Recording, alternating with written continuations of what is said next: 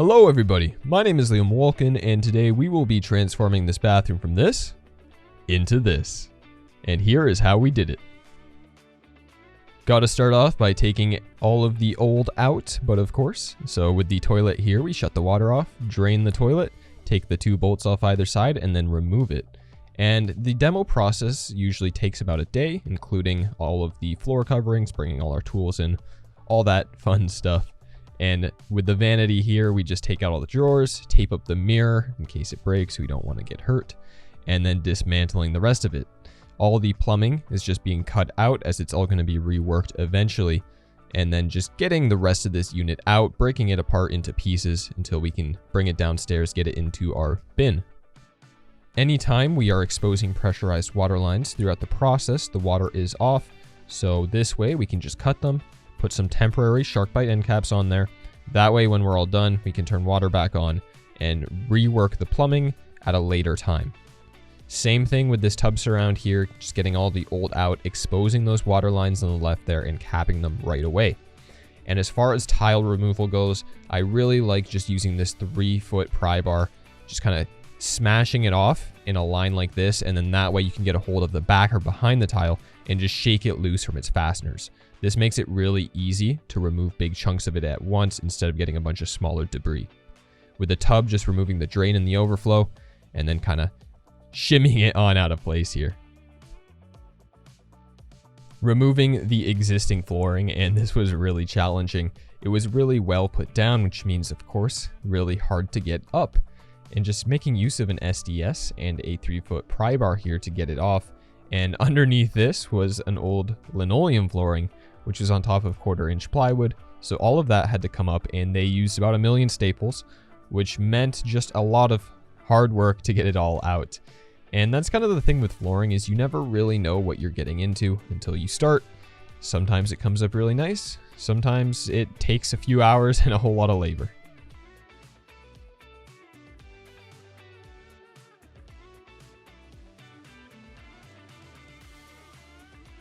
When you're taking things apart, opening everything up, you'll often find some unwelcome surprises. And every once in a blue moon, you'll find a more welcome surprise, like this one here. This was about 18 inches worth of dead space. Don't know why, but it existed. It was non-load bearing. We were able to take it all out and just make the wet room that much bigger. We were really happy to find this one. You'll notice on the right-hand side there, the toilet and an air register as well. And because we're making this whole space into a wet room, we need those 2 items moved out. In order to do that, of course, we need access. So just removing all of the existing subfloor, combination of the sawzall, the skill saw, multi-tool, pry bar, hammer, you name it, it's involved in this process. So getting all this wood out of there so we can take a little bit of a better look, get Mario and Luigi to come by, rework all of the existing mechanical systems. As you can see, Mario Luigi able to come out, rework things for us. So taking advantage of this dead space in the room below, really fortunate to have that available. So the stack just getting reworked, new drain for the toilet coming over, maintaining slope the whole way, and branching off for the shower drain. Both fixtures venting up into that wall behind us there, and they'll eventually tie into each other in the attic into the existing vent that's up there. Tub, minor changes for the drain, and then all of the water lines being rerouted with PEX.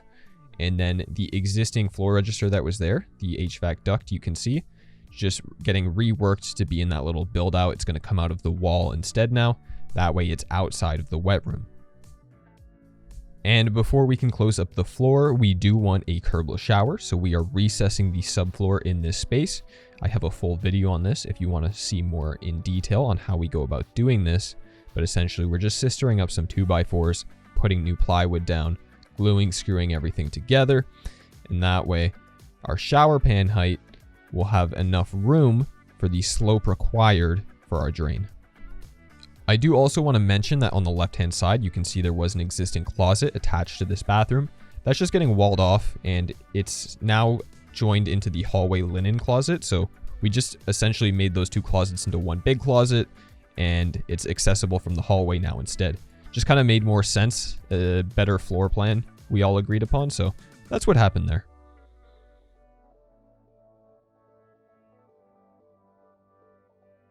With this back wall, as it is going to be a main kind of eye focal point when you walk into this bathroom, we wanted to add a nice big niche. So just cutting out the existing framing in order to rough that in. Once again, this is a non-load bearing wall, so we're able to just chotch these studs right on out and kind of put in some new 2x4s for the new space needed for our niche that will be going in.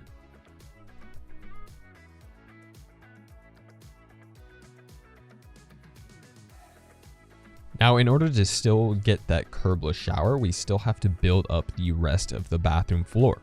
Although we recessed the existing subfloor in the shower area, that's not enough height that we need. So we have to take this next step of gluing and stapling down some new 3/8 thick plywood. We're just going to do that throughout the bathroom, minus the shower pan area itself. That way, once we get our Ditra down, the height of both the shower pan and the rest of the bathroom floor will all be consistent. Adding more rough framing here. This is for the shower niche and making it bigger than what the actual niche will be.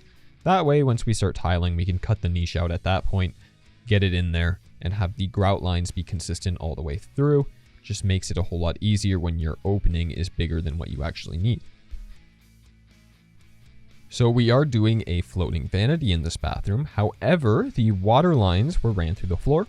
We cannot put them in that back wall as it's an exterior wall. This is Canada, so they could freeze. So what we're doing here is just building a little false wall at the bottom that will house all of the water lines. That way we can stub them up through the bottom of the floating vanity without having them ran in an exterior wall. Really just small wall here, and it's just for that purpose.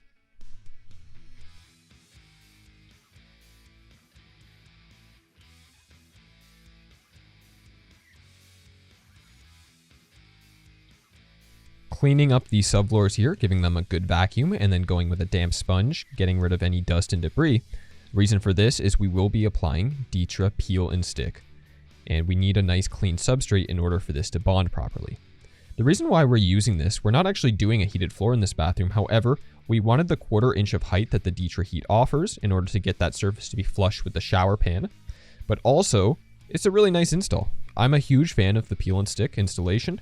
Saves a lot of time, a lot of labor, and materials. No messing around with thin set. It's a product that I really have come to love, so we're using it despite there not being a heated floor. This is an island tub drain. It is the connection for the tub, of course, so it will just drain into this.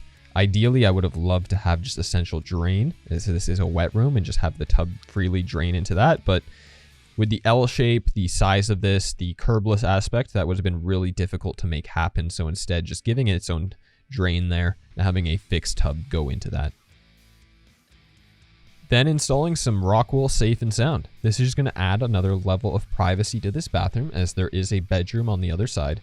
So just installing this into all of the cavities, with the exception of the niche cavities, of course, as we are going to need that space for the niche themselves. This stuff's really itchy, so you just want to make sure you're well protected when installing it. So I wore a long sleeve, respirator, gloves, all that good stuff, trying to not get the itch here. Then just a minor relocation for the exhaust fan. We need it to be outside of the glass. We can't have the glass butting right up to it. So just moving it over a bit, tying in the existing insulated duct there. It's really nice. And then attaching this Fitz flush mount exhaust cover. Really nice product. Become a huge fan of the Fitz products in general.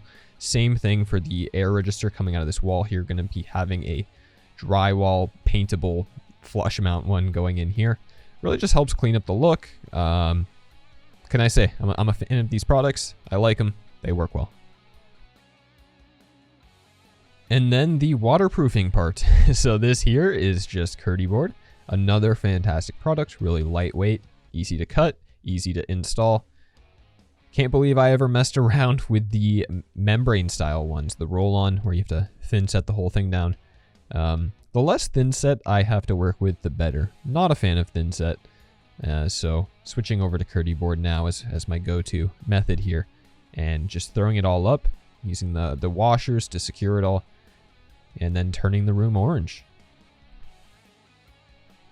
Now you may have noticed some nice boots that I have on, and these are leather handmade boots in the US of A, and they are by JK Boots. Really nice product here.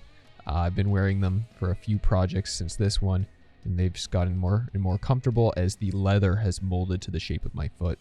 They're kind enough to send both Sebastian and I a pair. He didn't get his until a little later on, but we've been wearing them. We're loving them. So much so, actually, that anytime we start doing the thin set painting related stuff, we stop wearing them because we're afraid of covering them in any of that stuff. We like them so much. So if you're in need of shoes, boots, anything high quality that goes on your feet, check out JK Boots. I'll put a link down below. As I was doing that, Sebastian out here mudding away like a madman, pre-filling all these larger gaps and cracks.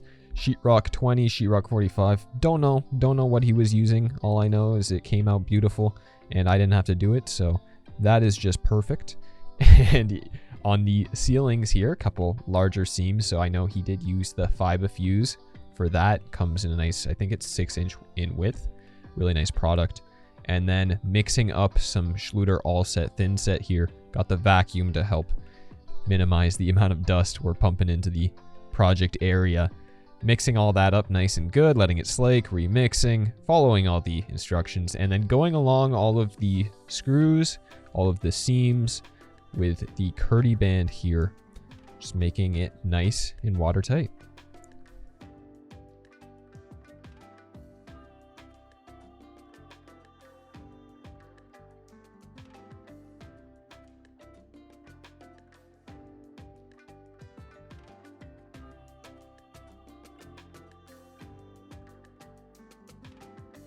As this window is in the wet room, it needs to be waterproof as well. So using all the banding, the corners to do so.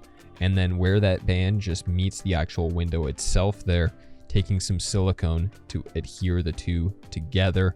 That way we know it's secure. No water's going to get into that corner there.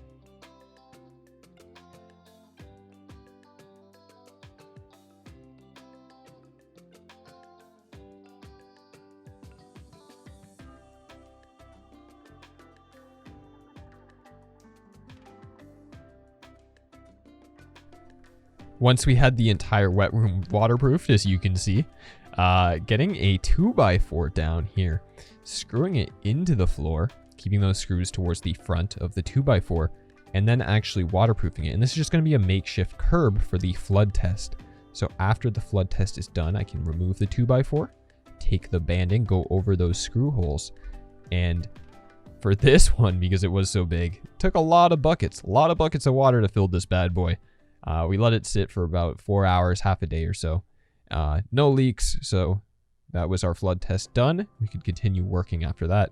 Getting the envelope cut going for this shower, and it was really nice because this shower pan was the same size as 6 tiles exactly.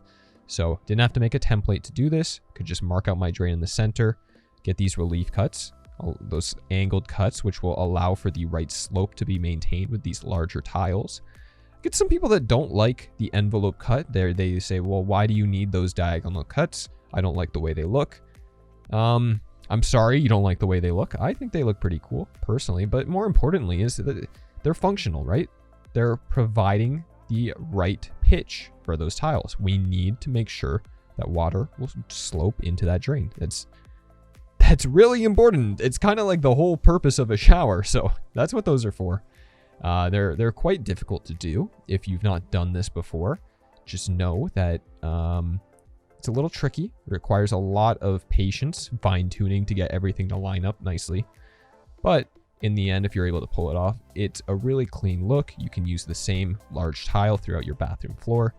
Just have that nice, seamless look. Anytime I am installing large format tile like this, I'm using a 1/2 inch square notch trowel. Whether I'm troweling out the floor or the substrate that is, or the tile, kind of depends on the mood I'm in, I suppose.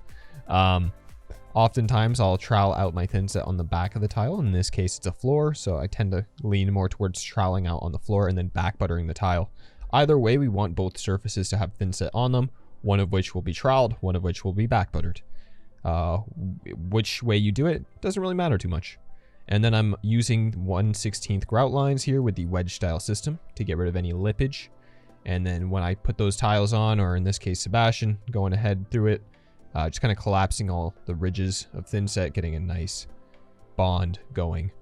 Where the tile is going to meet the hardwood flooring out here, getting a tile profile to kind of get a nice line between the two different materials.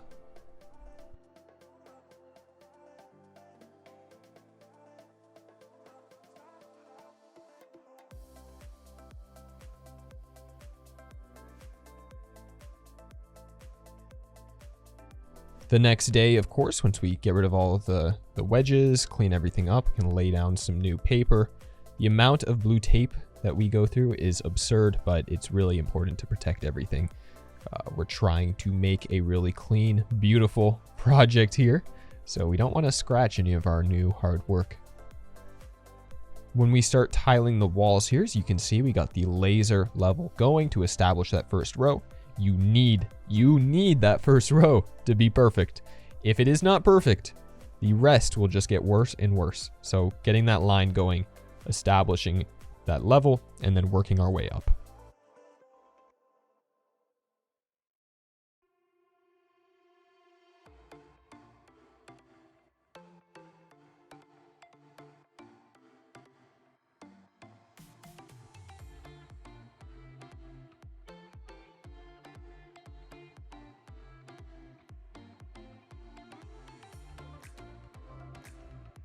For this wall here, you can see on the tile edge, we have a profile, Schluter Deco SG. However, this one opens up to the outside of the tile. That way we can get a glass panel to just come right out at the side of the tile. It's gonna be a really nice, clean look.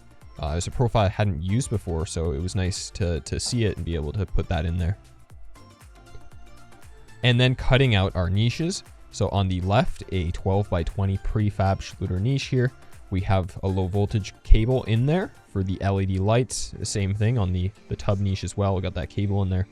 And then with the niche on the right, it's just 2 niches cut, glued together with some silicone, waterproofing band down the seam in the middle.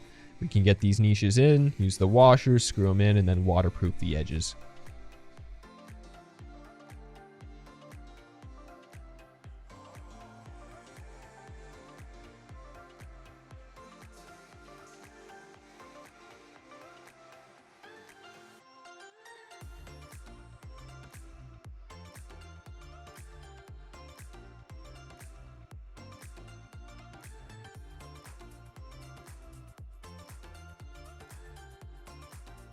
Every single outside edge of tile on this project was mitered and epoxied. So here's how that happened. Just kind of clamping down the tile to a table here, taking a grinder, getting rid of that edge there at a 45 degree, or maybe even a little bigger than a 45 degree, and then polishing the rest of the material off to get it really thin. You can see here, just kind of doing a check with it, seeing how tight we can close those up. And when you're doing this, the quality of tile is really going to play a factor. Some tile chips really easy. This tile was really hardy, so it was pretty nice to work with. Minimal chipping as we were doing this. Only a couple times did I have to have an oopsie piece, shall we call it. But you can see here both Sebastian and I working these two walls up as they are joining with miters. So this way, as we're working, we can kind of go up. I'm cutting the miters as we go, and then we can just kind of bond them nice and tight together. Use some blue painter's tape to make sure that they hold tight as that thin set cures. That way, everything's just going to look really clean and seamless, and will just appear as if that tile is wrapping around that corner.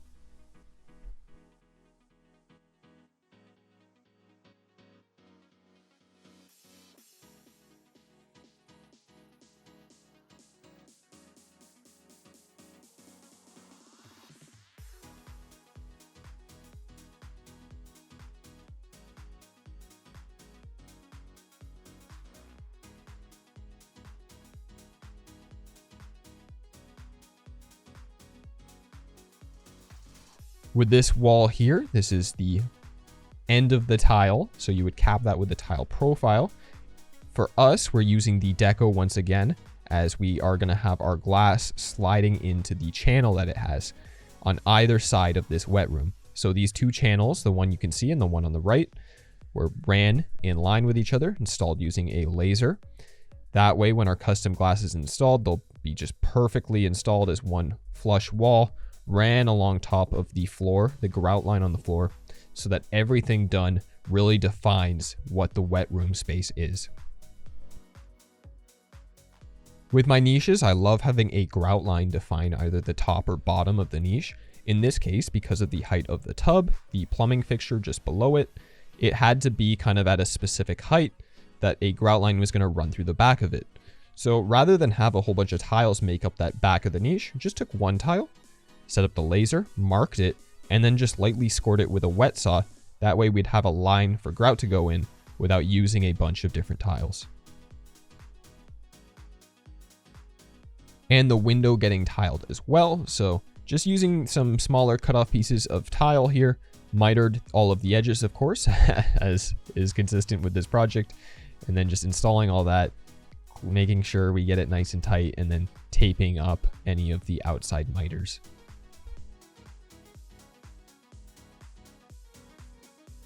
At this point in the project, the ceilings had been finished, all prime, painted, ready to go. And it's only here when we add the Potlights.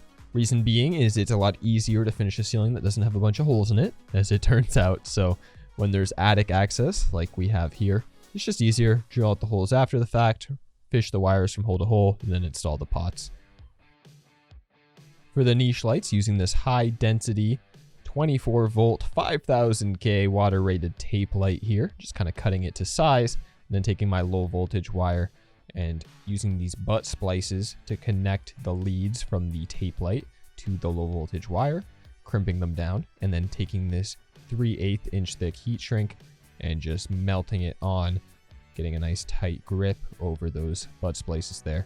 Then I can just shove the wire up into the hole from which it came, take off the adhesive backing, and stick the tape light up against the top of that deco that's up in that niche there.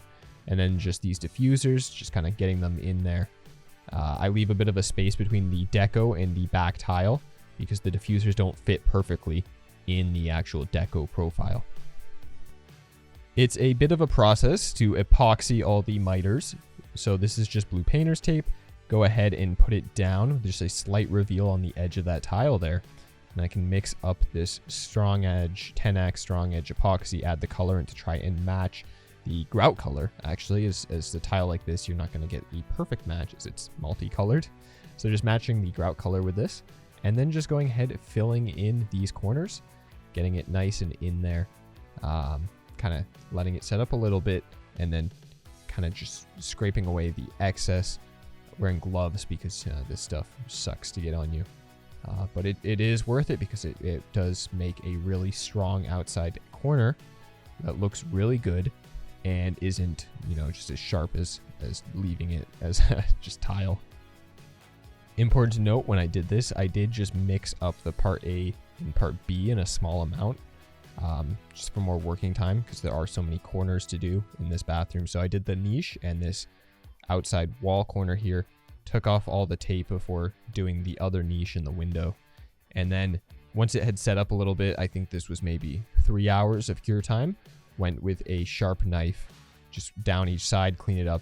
And then a few hours after that, went with some sandpaper just to smooth it over, give it a nice round edge, and it looks really clean that way.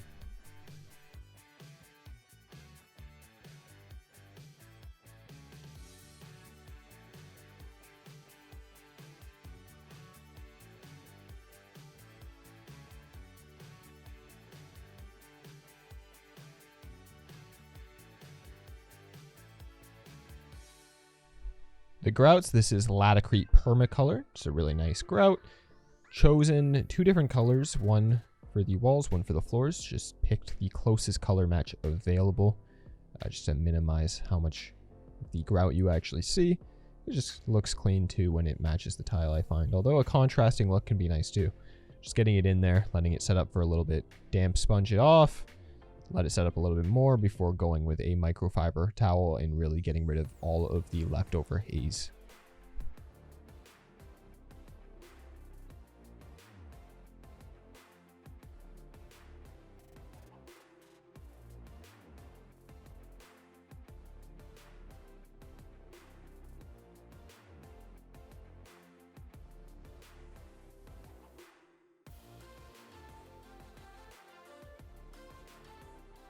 For any miters on our trim, we do use this 2-part glue, just an instant bond glue. It's really nice. We can get them glued up and then install it as one piece.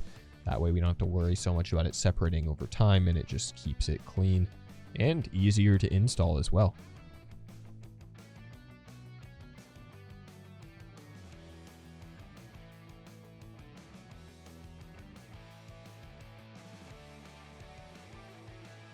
Silicone in all of the corners for expansion and contraction reasons. This is just color matched to be the same color as the grout. Lay a thick bead, spray it down with some soapy water, hit it with a popsicle stick as it has a nice round edge to it so we can clean up that bead of silicone, get a clean look.